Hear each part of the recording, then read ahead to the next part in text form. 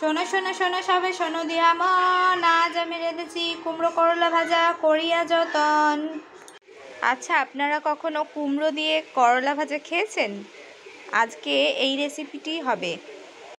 একবার হলেও এই রেসিপিটি ট্রাই করার অনুরোধ রইল।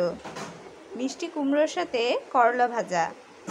কড়াই 2 কলা মতন সর্ষের তেল দিয়ে নিয়ে কিছুটা হাফ চামচের মতন কালো সর্ষে দিয়ে নিচ্ছি। কালো সর্ষেটা বেশ ভালোভাবে ভাজা হয়ে গিয়েছে। এবার করলা আর কুমড়োটা দিয়ে নিচ্ছি, একসাথেই দুটো দিয়ে নিচ্ছি। করলা আর কুমড়োটা দিয়ে নেওয়ার পরে পরিমাণ মতো নুন দিয়ে নিয়েছি। এর মধ্যে হাফ টিস্পুন মতন হলুদ গুঁড়ো ব্যবহার করছি, দিয়ে নিলাম। সব কিছুকে একসাথে খুব ভালোভাবে মিশিয়ে নিচ্ছি। এই ভাজাটা খেতে ভীষণ সুস্বাদু হয়।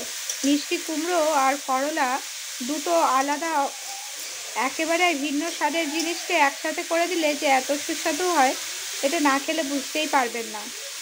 সব কিছু মিশিয়ে নিয়ে একটা ঢাকনা দিয়ে ঢেকে রাখছি।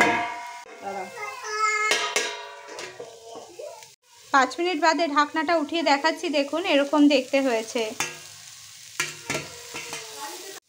যারা করলা খেতে একদমই চান না, তারা একবার এরকমভাবে বানিয়ে দেখবেন, ভীষণ সুস্বাদু হয় এটা। ভাজাটা হয়ে যাওয়ার পরে আমি উঠিয়ে নিয়েছি। যে কোনো দিন করলা আসলে আপনারা এরকমভাবে ভাজা বানিয়ে খেতে পারেন, ভীষণ সুস্বাদু হয় এটা। মিষ্টি কুমড়োর মিষ্টি আর করলার তেতো ভাব দুটো মিলে এত সুন্দর রেসিপি হয় যে না খেলে জানতেই পারবেন না। এরকমই নতুন রেসিপি দেখবার জন্য আমাদের চ্যানেলটি অবশ্যই সাবস্ক্রাইব করে রাখবেন। পাশে থাকা বেল বাটনটিতে প্রেস করে দেখবার জন্য অনেক ধন্যবাদ।